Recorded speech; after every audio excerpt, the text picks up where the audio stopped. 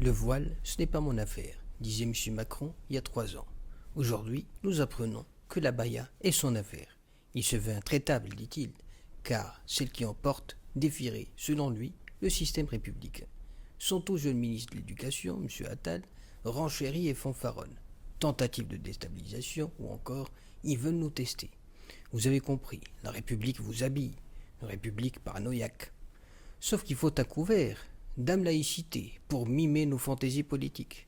Faut du toupet, voire une foi mauvaise pour être politique. Alors, est-ce qu'on sait lire? Bon, la laïcité, lisez le texte. La neutralité de l'État, de 1, de 2, l'égalité de tous devant la loi, sans distinction de religion ou conviction. On peut le répéter 100 fois, mais il n'est pire sourd que celui qui ne veut entendre. L'État français trahira le texte 1000 fois. On professera tout le contraire. On me dira pour me piéger qu'il y a le texte de 2004 qui interdit le port-tenue par lesquels l'on manifeste ostensiblement une appartenance religieuse. Bon, d'abord, pourquoi ce texte?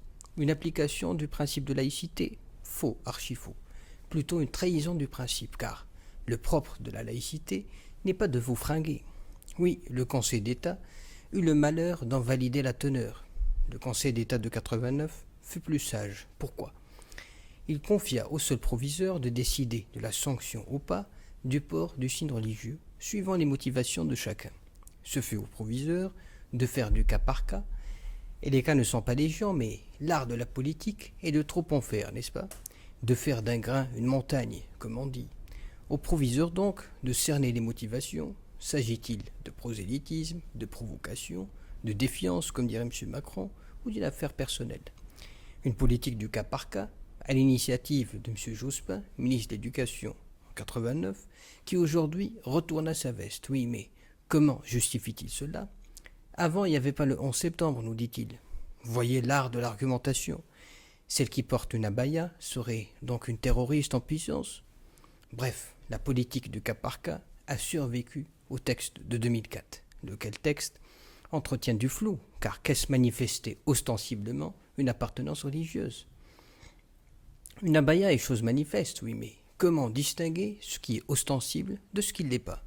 Puis, le duo Macron-Attal ont-ils oublié que la neutralité en matière religieuse s'impose à l'État et non aux citoyens? M. Macron parle République, sauf que cette République, selon la loi de 1905, assure la liberté de conscience. La Constitution française ne garantit-elle pas un enseignement dans un égal respect de toutes les croyances? Puis qu'en est-il du respect de l'individu, de ses origines, de ses différences? N'est-ce pas là un article républicain relatif à l'éducation? Enfin, tout porte à croire que ce sont là des calculs d'épiciers politiques qui foulent du pied l'ordre républicain. Un calcul qui pique dans l'assiette de l'extrême droite. Je reste poli et ne parle pas de vieux os.